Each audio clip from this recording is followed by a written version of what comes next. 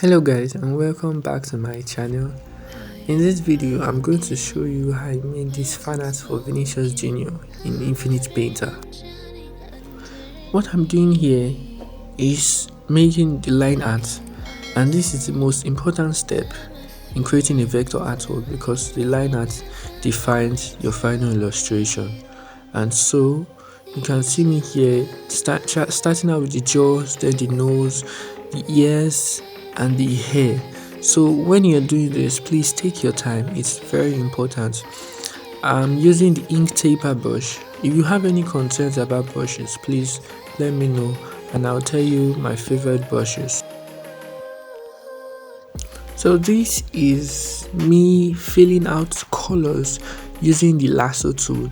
Prior to this, I used brushes, but then I switched to the lasso tool because it gives a more precise selection. And if you need a tutorial on how to utilize the lasso brush in Infinite Painter, I'm willing to do so. It's a quick and easy way to fill in colors very fast. Here I'm using another brush to fill in the hair from behind so that it looks more natural and doesn't look too cartoony.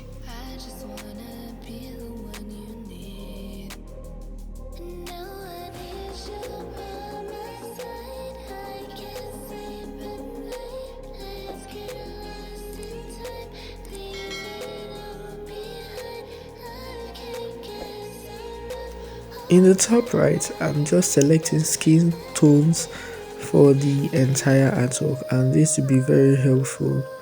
And this is how I began shading.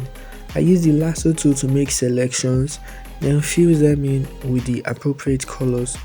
And the way I shade is I go from a base color to the darker colors, so the shadows and then the highlights.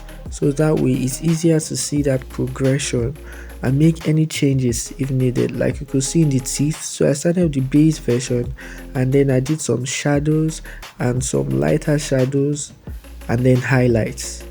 So when you do this, you kind of see where your light source is from. More adjustments need to be made before you make the entire shading for this skin.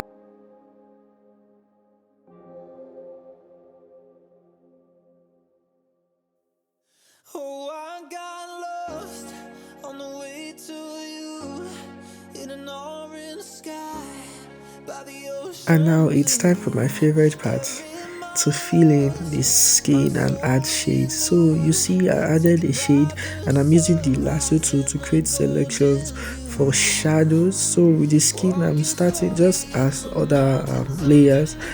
I started with a lighter shadow and gradually I'm adding darker shadows to it.